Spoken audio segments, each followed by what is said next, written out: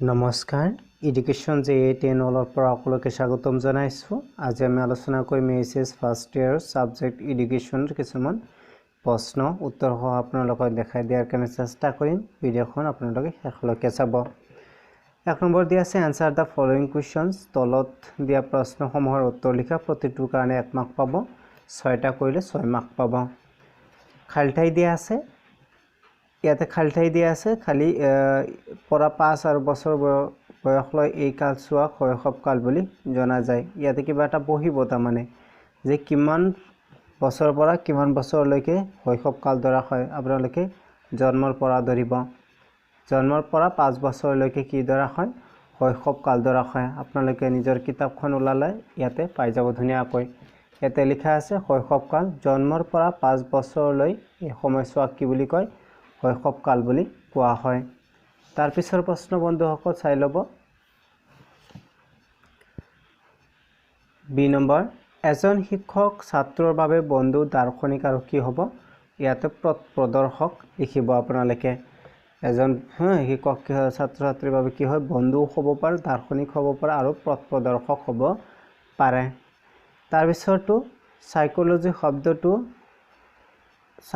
শব্দটো গ্ৰীক শব্দ কিহৰ পৰা আহিছে, দুটা শব্দৰ পৰা আহিছে। এই শব্দ দুটা আপোনালোকে 108ত গ'লে ধুনীয়াকৈ পাই যাব। 108 মই ওলাইছোঁ, 108 ইয়াতে ধুনীয়াকৈ দিয়া আছে। কি শব্দ, এইটো গ্ৰীক শব্দ। গ্ৰীক শব্দৰ পৰা উৎপত্তি হৈছে বুলি কোৱা হয়। সাইকি আৰু কি লগছ, এই শব্দ দুটাৰ পৰা উৎপত্তি হৈছে, আপোনালোকে লিখিব। তাৰ পিছৰ প্ৰশ্ন, give short answer in one sentence, এটা বাক্যত উত্তৰ দিব দিছে ইয়াতে আপোনালোকক। ডি নম্বৰটো চাওক, শিক্ষা মনোবিজ্ঞানৰ পিতৃ বুলি কাক অভিহিত কৰা হয়। শিক্ষা মনোবিজ্ঞানৰ পিতৃ আমি কাক বুলি জানো, পেষ্টলজিক জানো। আপোনালোকে পেজ নম্বৰ 140 যদি ওলাই তেতিয়াহ'লে ইয়াৰ উত্তৰটো ধুনীয়াকৈ আপোনালোকে পাই যাব। ইয়াৰ পেজ নম্বৰ 40, পেজ নম্বৰ 40 ইয়াতে দিয়া আছে, চাই লওক। শিক্ষাবিদ পেষ্টলজিক শিক্ষা মনোবিজ্ঞানৰ কি বুলি কোৱা হয়, পিতৃ বুলি গণ্য কৰা হয়, ধুনীয়াকৈ দিয়া আছে। তাৰ পিছৰ প্ৰশ্ন, 2 নম্বৰ, বীৰ পূজা কি। বীৰ পূজা গমেই পাইছে, কৈশোৰ কালৰ এইটো এটা সমস্যা, বা কৈশোৰ কালৰ এইটো এটা কি সমস্যা নহয়, এনে বৈশিষ্ট্য হ'ব এইটো। ল'ৰা ছোৱালী কি কৰে, কিছুমান হিৰো হওক, হিৰোইন হওক, বা বীৰ হওক, বীৰংগনা হওক, বা তেনেকুৱা মহৎ লোকক কি কৰে, সিহঁতে আদৰ্শ হিচাপে বাছি লৈ সিহঁতৰ দৰে হ'বৰ চেষ্টা কৰে। তাকে কি বুলি কয়, বীৰ পূজা বুলি কোৱা হয়। আপোনালোকে পেজ নম্বৰ 46 ওলাব, 46ত গ'লে আপোনালোকে ধুনীয়াকৈ উত্তৰটো পাই যাব। এয়া হ'ল বীৰ পূজা। ইয়াতে কি কৈছে, কিশোৰ কিশোৰীয়ে ভৱিষ্যত জীৱনৰ বাবে নিজৰ ভাল লগা কোনো বীৰ বীৰংগনা বা নায়ক নায়িকাক জীৱনৰ আদৰ্শ হিচাপে বাছি লয়। তেনে মনোগ্ৰাহী ব্যক্তিৰ চিন্তা ক্ৰিয়া আদি অনুকৰণ কৰি নিজৰ জীৱনকো তেনেৰূপৰ গঢ় দিবলৈ বিচাৰে। মানে সিহঁতে যেনেকুৱা হৈছে তেনেকুৱা হোৱাৰ কাৰণে সিহঁতে আত্মপ্ৰকাশ কৰে, চেষ্টা কৰে। হ'ব পাৰে নোৱাৰে এইটো পিছৰ কথা, কিছুমানে হ'বও পাৰে। তাৰপিছৰ প্ৰশ্ন 1 নম্বৰ, কোনটো লেটিন শব্দৰ পৰা ইংৰাজী কাৰিকুলাম শব্দটো উৎপত্তি হৈছে। পেজ নম্বৰ আপোনালোকে 100ত গ'লে ধুনীয়াকৈ পাব, ইয়াতে দিয়া আছে। 100 নম্বৰত মই ওলাই লৈছোঁ, 100 কাৰিকুলাম শব্দটোৰ কথা কৈছে। ইয়াত চাই লওক, কাৰিকুলাম শব্দটো কি শব্দ, এইটো হ'ল লেটিন ভাষাৰ পৰা কেৰিয়াৰ শব্দৰ পৰা উৎপত্তি হৈছে, যাৰ অৰ্থ ৰান অৰ্থাৎ দৌৰ। আপোনালোকে চাই ল'ব। তাৰপিছৰ প্ৰশ্ন 2 নম্বৰ, write two problems of adolescence stage বুলি কৈছে। কৈশোৰ কালৰ দুটা সমস্যা লিখিব দিছে। কৈশোৰ কালৰ কি দুটা সমস্যা লিখিব দিছে, তাৰ কাৰণে 2 মাৰ্ক পাব আপোনালোকে। এইটো কাৰণে আপোনালোকে যাব লাগিব পেজ নম্বৰ 48ত যাব লাগিব। পেজ নম্বৰ 48ত গ'লে আপোনালোকে ধুনীয়াকৈ পাই যাব। ইয়াৰ পেজ নম্বৰ 48, ইয়াতে লিখা আছে কিশোৰ কিশোৰীৰ সমস্যাসমূহ মানে কৈশোৰ কালৰ কথা কৈছে কৈশোৰ কালৰ যথেষ্ট সমস্যা আছে সেই সমস্যাবিলাক আপোনালোকে এটা এটাকৈ লিখিব 1 নম্বৰ জন সমস্যা তাৰ পিছত কি আছে আবেগিক সমস্যা এইবিলাকৰ বিষয়ে আপোনালোকে অলপকৈ লিখিব পাৰে এফালেও আপোনালোকৰ দিয়া আছে সামাজিক সমস্যা দুটা লিখিব দিছে যিকোনো দুটা আপোনাৰ লিখিলেই হ'ব তাৰ পিছৰ প্ৰশ্ন হ'ল ইন্টাৰনেট কি আপোনালোকে দেখোন কয় যে ইন্টাৰনেটৰ যুগ বুলি কয় পেজ নম্বৰ কিমান 67 যাব আপোনালোকে 67 গলে ধুনিয়াকৈ উত্তৰটো আপোনালোকে পাই যাব এই 67 লিখা আছে ইয়াতে ইন্টাৰনেট হল বহুতো নেটৱৰ্কৰ মাজেৰে এটা কি নেটৱৰ্ক পৃথিৱীৰ অসংখ্য কম্পিউটাৰ যোগসূত্ৰকে কম্পিউটাৰ নেটৱৰ্ক বোলা হয় গম পাইছে ইমান দিগল লিখিব না লাগে নেটৱৰ্ক বহুতো কম্পিউটাৰ সংযোগ কৰা হয় তাৰ পিছৰ প্ৰশ্নটো হল বন্ধুসকল 4 নম্বৰ সহ পাঠ্যক্ৰমিক কাৰ্যৱলী বুলিলে কি বুজি পায় আপোনালোকে 2 নম্বৰত লিখিব লাগিব পেজ নম্বৰ 88 ওলাব আপোনালোকে 88 ওলালে ধুনিয়াকৈ ইয়াৰ উত্তৰটো আপোনালোকে পাই যাব এয়া 88 ইয়া সহ পাঠ্যক্ৰমৰ কি কাৰ্যসূচী দিয়া হৈছে আপোনালোকে ইয়াতে যদি চাই তেতিয়াহলে ধুনিয়াকৈ ইয়াৰ উত্তৰটো পাই যাব কি কৈছে সহ পাঠ্যক্ৰমিক কাৰ্যৱলী বুলিলে কি বুজা বুলি কৈছে যে বহল অৰ্থত পাঠ্যক্ৰম হল শ্ৰেণীৰ বাহিৰে ভিতৰে ছাত্ৰক দিব পৰা বিদ্যালয়ৰ সামগ্ৰিক অভিজ্ঞতাৰ সমষ্টি সহ পাঠ্যক্ৰম বুজি পাইছে বন্ধুসকল মানে আপোনালোকৰ যেটো কিতাপ আছে কিতাপৰ জ্ঞানটো অকল দিলে আপোনালোকৰ কিন্তু সাময়িক জ্ঞান আপোনালোকে নাপাব অলৰাউণ্ডাৰ ডেভেলপ আপোনালোকৰ নহব তাৰ কাৰণে কি কৰিব লাগিব কিতাপৰ পাঠ্যপুথিৰ যেটো কি আছে জ্ঞান আছে কিনি লোৱাৰ উপৰিও আপোনালোকৰ এক্সট্ৰা কিছুমান জ্ঞান দিয়াৰ দৰকাৰ আছে সেই কথাটো ইয়াতে কোৱা হৈছে সেইখিনিকে কি বুলি কয় সহ পাঠ্যক্ৰম বুলি কোৱা হয় সহ পাঠ্যক্ৰম কাৰ্যসূচী শ্ৰেণীকোঠা বাহিৰ সংগঠিত হয় গম পালে নহয় যে এইটো কিতাপৰ লগত কোনো ধৰণৰ ৰিলেচন নাই বাহিৰতে কিছুমান ক্ৰিয়াকলাপ আছে এইবিলাক আপোনালোকক কৰাব দিব লাগিব হয় আৰু ছাত্ৰ ছাত্ৰীৰ সন্তোষজনক ব্যক্তিত্ব বিকাশৰ সহায় কৰে আপোনালোকে ইমানলৈকে লিখিলেই হ'ব ইয়াৰ পৰা ইমানলৈকে লিখিব তাৰ পিছৰ প্ৰশ্নটো চাই লৈছো বন্ধুসকল NCERTৰ দুটা কি লিখিব দিছে প্ৰধান কাৰ্য লিখিব দিছে এটো কাৰণে আপোনালোকে যাব পেজ নম্বৰ 93 যাব 93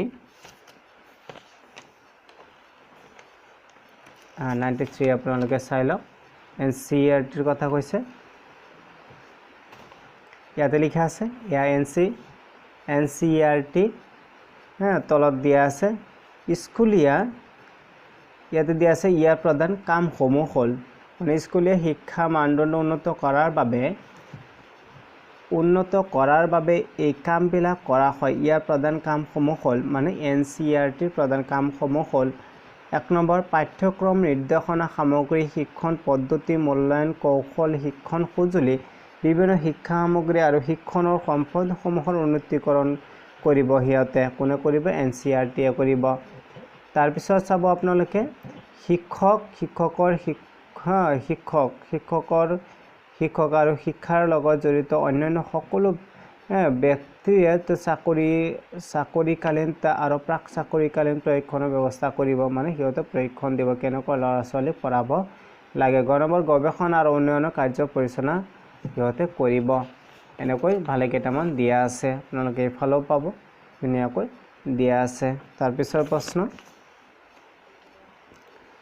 মনোবিজ্ঞান বুলিলে আপোনালোকে কি বুজি পায় মনোবিজ্ঞান মানে কি জানে আপোনালোকে বহুত বিভিন্নজনে বিভিন্ন ধৰণৰ কয় মনোবিজ্ঞান মানে কি মনৰ বিষয় অধ্যয়ন কৰাকে কিছুমানে মনৰ বিজ্ঞান কয় কিছুমানে আচৰণৰ বিষয় অধ্যয়ন কৰাকে কি বুলি কয় মনোবিজ্ঞান বুলি কয় আপোনালোকে তেনেকৈ লিখিলে ইয়াৰ উত্তৰটো হ'ব পেজ নম্বৰ 110 যদি চাই তেতিয়াহলে ইয়াৰ উত্তৰটো আপোনালোকে পাই যাব এয়া 10 দিয়া আছে আপোনালোকে ইয়াতে চাই ল'ব এয়া মনোবিজ্ঞানৰ সবাতোকৈ জনপ্ৰিয় সংজ্ঞা বুলি ঠাৱৰ কৰিছে মানে যি কেটা দিছে সংজ্ঞা মানে কাক বলে দিছে আটাইতকৈ উত্তম বুলি ইয়াতে উল্লেখ কৰা হৈছে যে মনোবিজ্ঞানৰ আচৰণৰ বিজ্ঞান মনোবিজ্ঞান কি বিজ্ঞান আচৰণ বিজ্ঞান বুলি কৈছে। আচৰণে কি বুজায় ইয়াতে অলপ বহলাই দিয়া আছে, ইমান নালাগে যিহেতু আপোনালোকক অকল সংজ্ঞাটোও দিছে যে মনোবিজ্ঞান কি আচৰণৰ বিজ্ঞান বুলি আপোনালোকে লিখিব।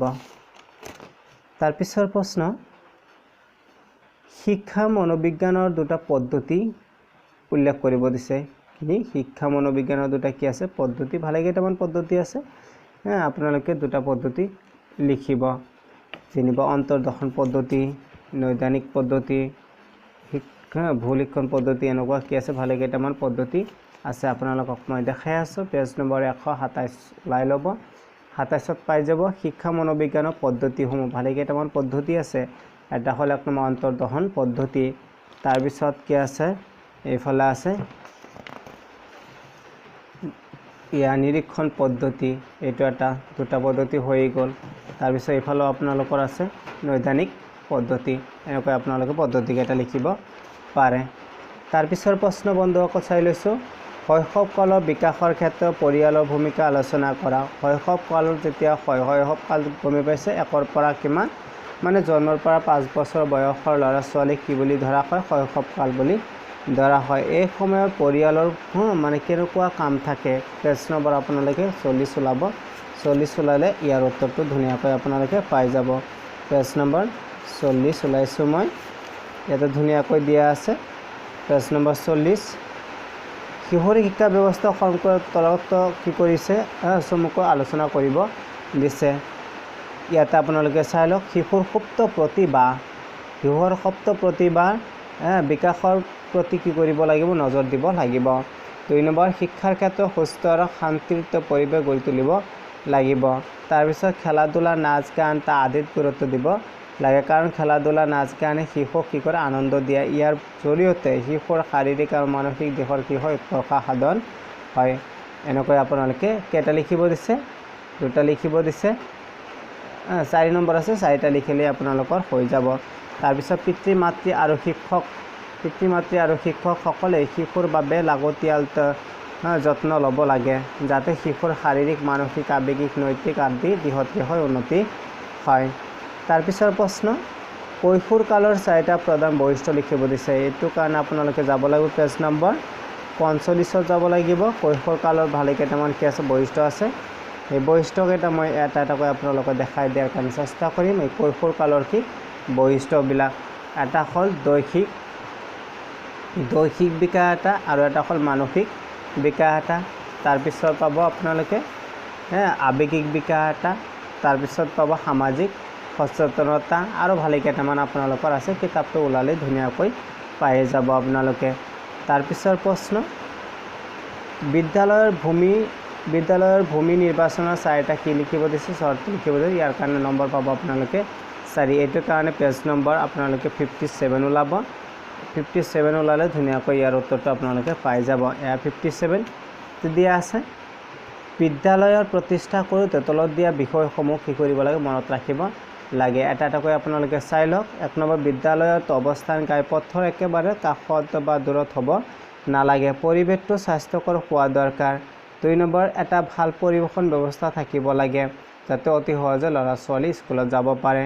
3 নম্বৰ বিদ্যালয়ৰ বাবে নিৰ্বাচিত মাটিডোখৰত শুকান্ত মুকলি ওখ আৰু ৰ'দ পৰা ঠাইত হ'ব লাগে, তেনে ঠাইতে তেতিয়াহে পানী জমা হ'ব নোৱাৰিব আৰু ৰ'দ বতাহৰ চলাচলটো অবাধে চলিব।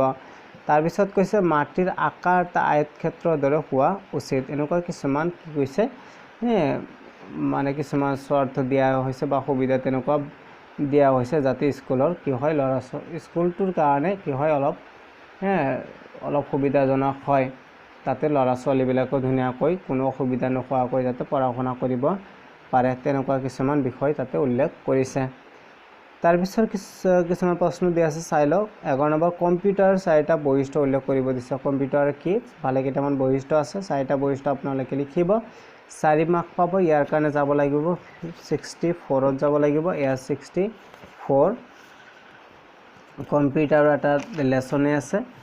এয়া কম্পিউটাৰৰ কি বুলি কৈছে বৈশিষ্ট্যসমূহ, কম্পিউটাৰৰ কি ভালে কেইটামান বৈশিষ্ট্য আছে, তো এটা এটাকৈ আপোনালোকে চাই ল'ব। ক নম্বৰ কম্পিউটাৰৰ অতি দ্ৰুত গতিৰ কি এটা যন্ত্ৰ, খ নম্বৰ কোনো এটা নিৰ্দেশনৰ ফলাফল উলিয়াই দিয়াত কম্পিউটাৰৰ 1 ছেকেণ্ডক 1 মিলিয়নৰে কি কৰে ভগালে যিমানটো সময় লাগে তাতকৈ কম সময়ৰ কম্পিউটাৰৰ গতিয়ে কি কৰে কৰি দিয়ে যথেষ্ট দ্ৰুত গতিৰে কি কৰে কাম কৰা দেখা যায় আভ্যন্তৰীণ আহিলা দ্বাৰা গ্ৰহণ কৰা তথ্য যদি শুদ্ধ থাকে তেনেহলে কম্পিউটাৰে কেতিয়াও ভুল তথ্য দাঙি নধৰে তাৰ পিছত কম্পিউটাৰে একেটা গতিত অনবৰত কাম কৰি থাকিব পাৰে এনেকুৱাকৈ ধুনীয়াকৈ দিয়া আছে আপোনালোকে চাই ল'ব সুবিধা অনুযায়ী তাৰ পিছৰ প্ৰশ্ন শিক্ষা মনোবিজ্ঞানৰ পৰিসৰৰ বিষয়ে কি কৰিব দিছে চমুকৈ আলোচনা কৰিব দিছে 4 মাৰ্ক আছে এইটোৰ কাৰণে আপোনালোকে যাব লাগিব পেজ নম্বৰ 124 যাব লাগিব 124 গলে ধুনীয়াকৈ প্ৰশ্নৰ উত্তৰটো আপোনালোকে পাই যাব এয়া ওলাইছে মই শিক্ষা মনোবিজ্ঞানৰ কি পৰিসৰৰ কথা কৈছে এয়া আপোনালোকৰ শিক্ষা মনোবিজ্ঞানৰ কি পৰিসৰ ইয়াতে আপোনালোকে চাই লওক যে তলত শিক্ষা মনোবিজ্ঞানৰ পৰিসৰত অন্তৰ্ভুক্ত কেইটামান বিশেষ ক্ষেত্ৰ উল্লেখ কৰা হ'ল তাৰমানে পৰিসৰ কেইটা ইয়াতে এটা কৈ আলোচনা কৰিছে আপোনালোকৰ এটা হ'ল শিক্ষাৰ্থী এটো এটা শিক্ষা মনোবিজ্ঞানৰ লগত জড়িত হৈ আছে এটা বিষয় তাৰ 2 নম্বৰ ব্যক্তি পাৰ্থক্য হয় নিশ্চয় ব্যক্তি বেলেগ বেলেগ থাকে সেই অনুযায়ী কি কৰিব লাগিব শিক্ষা দিব লাগিব এটো এটা শিক্ষা মনোবিজ্ঞানৰ পৰিসৰত পৰিব 3 নম্বৰ পৰিৱেশৰ ভূমিকা যথেষ্ট পৰিৱেশৰ কি আছে ভূমিকা আছে পৰিৱেশ ভাল হলে ল'ৰা ছোৱালী তাতে ভালদৰে পঢ়া শুনা আয়ত্ত কৰিব পাৰে নিশ্চয় আপোনালোকে জানে বিকাশৰ বৈশিষ্ট্যসমূহ সকলো বিকাশ একে ধৰণৰ নহয় কিছুমান বিকাশ জানে আপোনালোকে পঢ়া শুনাৰ কাৰণে খুবেই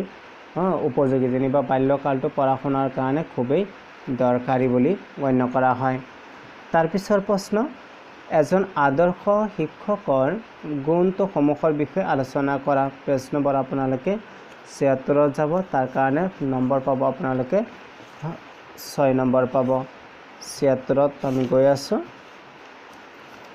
এ পেজ নম্বৰ 76 96 ইয়াতে দিয়া আছে এজন আদৰ্শ শিক্ষকৰ গুণসমূহৰ বিষয়ে আলোচনা কৰা 74 যাব লাগিব বন্ধুসকল 74 গৈ আছো আমি এয়া 74 কি কৈছে মনত ৰাখিবলগীয়া কিছুমান কথা কৈছে ইয়াতে যে শিক্ষকৰ আদৰ্শ গুণবিলাক উল্লেখ কৰিব দিছে শিক্ষকৰ লেখত ল'বলগীয়া কিছুমান গুণ আপোনালোকে চাব এজন শিক্ষক হোৱাৰ কাৰণে তেওঁৰ বিষয়বস্তুৰ পৰ্যাপ্ত জ্ঞান থাকিব লাগিব কি পঢ়াব সেই বস্তুটোৰ বিষয়ে অলপ হলেও জ্ঞান থাকিব লাগিব মই যে আপোনালোকক এয়া পঢ়াই আছো বা কিবা আলোচনা কৰি আছো সেইটো বিষয়ে মোৰ নিশ্চয় অলপ নহয় অলপ কি থাকিব লাগিব জ্ঞান থাকিব লাগিব তেতিয়াহে আপোনালোকক বুজাব পৰা যাব 2 নম্বৰ শিক্ষণৰ পদ্ধতি সম্পৰ্কে জ্ঞান শিক্ষণৰ পদ্ধতি জ্ঞানটো খুবেই দৰকাৰী কাৰণ সকলো ল'ৰা ছোৱালী একে ধৰণৰ নহয় ল'ৰা ছোৱালী অনুযায়ী হিয়তক শিক্ষা দান দিলে তেতিয়া শিক্ষাটো ফলপ্ৰসূ হয় কৰ্ণবৰ প্ৰত্যেক ছাত্ৰ ছাত্ৰীক সমান্ত গুৰুত্ব প্ৰদান এনেকুৱাটো নহয় যে এজন কণা আছে খুৰা আছে কিবা আছে হিয়তক গুৰুত্ব দিব নালাগে তেনেকুৱা কথা নহয় পাৰিলেও বা নোৱাৰিলেও সকলোকে ছাৰ হিচাপত কি কৰিব লাগে সমান গুৰুত্ব দিব লাগে গণবাৰ শিশু মনোবিজ্ঞানৰ সম্পৰ্ক থকা জ্ঞান শিশু মনোবিজ্ঞানৰ কি লাগিব জ্ঞান লাগিব তেতিয়া হলে পৰা যাব শিশুৱে বিচাৰিছে কি শিকাব শিকালে শিশুটোৱে তো ভালদৰে আয়ত্ত কৰিব পাৰে সেই হিচাপত অলপ জ্ঞান আয়ত্ত কৰিব লাগিব প্ৰশংসা আৰু শাস্তি ন্যায়িক ব্যৱহাৰ আপোনালোকে ল'ৰা ছোৱালীক ভাল যদি কৰে তেতিয়া প্ৰশংসা দিব কৰিব পাৰে বা ভুল যদি কৰিছে তেতিয়া হলে কেনেকুৱা শাস্তি দিব লাগিব তেনেকুৱা জ্ঞানো আপোনালোকৰ থাকিব লাগিব তেনেকুৱাকৈ ধুনীয়া শিক্ষকৰ কিছুমান আদৰ্শৰ গুণৰ কথা উল্লেখ কৰিছে আপোনালোকে চাই লিখিব তাৰ পিছৰ প্ৰশ্ন বন্ধুসকল এজনতে শিক্ষকৰ কিয় মনোবিজ্ঞান অধ্যয়ন কৰা প্ৰয়োজন এটো তাৰ ক'ব নালাগে বন্ধুসকল আপোনালোকে ধুনীয়াকৈ এনেই ক'ব পাৰিব ল'ৰা ছোৱালী মনৰ কথা জনাৰ কাৰণে ভালদৰে শিক্ষা দিয়াৰ কাৰণে নিশ্চয় কি কৰিব লাগিব মানে মনোবিজ্ঞানৰ জ্ঞানটো আপোনালোকে ল'ব লাগিব তো এইটো কাৰণে আপোনালোকে যাব লাগিব পেজ নম্বৰ 137ত 137 ইয়াতে ধুনীয়াকৈ দিয়া আছে আপোনালোকে চাই লিখিব পাৰে যে শিক্ষকে কিয় মনোবিজ্ঞান অধ্যয়ন কৰা হয় ইয়াতে উল্লেখ কৰা হৈছে কিয় অধ্যয়ন কৰে সেই বিষয়ে আলোচনা কৰিব দিছে বা ইয়াৰ পৰাও আপোনালোকে লিখিব পাৰে ইয়াৰ পৰাই মই আপোনালোকক দেখাই দি আছো যে শিশু তলতে এজন শিক্ষকে কিয় মনোবিজ্ঞান অধ্যয়ন কৰা কৰা প্ৰয়োজন সেই বিষয়ে চমুকৈ আলোচনা কৰিব দিছে আপোনালোকে এটা এটাকৈ চাই ল'ব 1 নম্বৰ দিয়া আছে শিশু সম্বন্ধে জ্ঞান অৰ্জনৰ অৰ্থে শিশুৰ সম্বন্ধে কৈছে মানে শিশুৰ বিষয়ে কি কৰিব লাগিব জ্ঞান অৰ্জন কৰিব লাগিব শিশুৱে বিচাৰে কি হিচাপত পঢ়ালে শিশুৱে শিকিব তেনেকুৱা জ্ঞান অলপ অৰ্জন কৰিব লাগিব ডাঙৰৰ নিচিনা কলেজৰ ল'ৰা ছোৱালীৰ নিচিনা শিশু পঢ়ালেতো কাম নহ'ব সিহঁতৰ মুখস্থ বিদ্যাৰে কি কৰিব লাগিব পঢ়োৱাৰ কাৰণে চেষ্টা কৰিব লাগিব যিহেতু সিহঁতৰ বুজাৰ শক্তিটো কি থাকে যথেষ্ট কম থাকে বা চাই সিহঁতৰ চাই মানে বস্তু চাই সিহঁতে শিক্ষা দিয়াৰ দৰকাৰ পৰিব 2 নম্বৰ ব্যক্তি পাৰ্থক্য উপলব্ধি অৰ্থে ব্যক্তি সকলো ব্যক্তিৰ কাৰণে একে ধৰণৰ পদ্ধতি ব্যৱহাৰ কৰিলে কিন্তু কামত নাহিব ব্যক্তি হিচাপে কি কৰিব লাগিব পদ্ধতিবিলাক সলাব লাগিব পাৰিলে এজন ছাত্ৰকো আপুনি কি কৰিব লাগিব চাব লাগিব পঢ়াব লাগিব তাৰ পিছৰ পইণ্টটো আছে বিকাশৰ বৈশিষ্ট্যসমূহৰ বিষয়ে কি লাগিব জ্ঞান লাগিব যে চাৰিটা বিকাশ যে আছে বিকাশ কেতিয়া হয় আৰু কোনটো সময়ত ল'ৰা ছোৱালীয়ে বেছিকৈ আয়ত্ব কৰিব পাৰে তেনেকুৱা জ্ঞানো অলপ দৰকাৰ পৰিব তাৰ পিছৰ মানসিক স্বাস্থ্য সম্বন্ধে জ্ঞান আহৰণ কৰা মানসিক স্বাস্থ্য বুজিয়ে পাইছে কেতিয়াবা মানসিকভাৱে খুব চিন্তাত পৰি থাকে তেতিয়াহ'লে বুজি পাব লাগিব যে ল'ৰাজন কিয় এনেকুৱা হৈ আছে সেই হিচাপত অলপ যত্ন লৈ শিক্ষা দিয়াৰ দৰকাৰ আছে শিক্ষণ প্ৰক্ৰিয়াৰ জ্ঞান শিক্ষণৰ কিছুমান প্ৰক্ৰিয়া আছে সেইবিলাকৰ জ্ঞান আয়ত্ত কৰাৰ কাৰণে শিক্ষা মনোবিজ্ঞান বা মনোবিজ্ঞানৰ জ্ঞানৰ খুবেই প্ৰয়োজন হয় তাৰ পিছৰ মানে শেষে হৈ গ'ল এইটো কাৰণে কিমান আছিলে 6 মাৰ্ক আছিলে তো বন্ধুসকল আপোনালোকে এইবিলাক চাই পৰীক্ষা যাব নিশ্চয় আপোনালোকৰ কি হ'ব অলপ হ'লেও উপকাৰ হ'ব বাকীখিনি যদি চোৱা নাই প্লেলিষ্টত গৈ আপোনালোকে চাব তো ভিডিঅ'খন চাই থকাৰ বাবে ধন্যবাদ জনাইছোঁ থেংক ইউ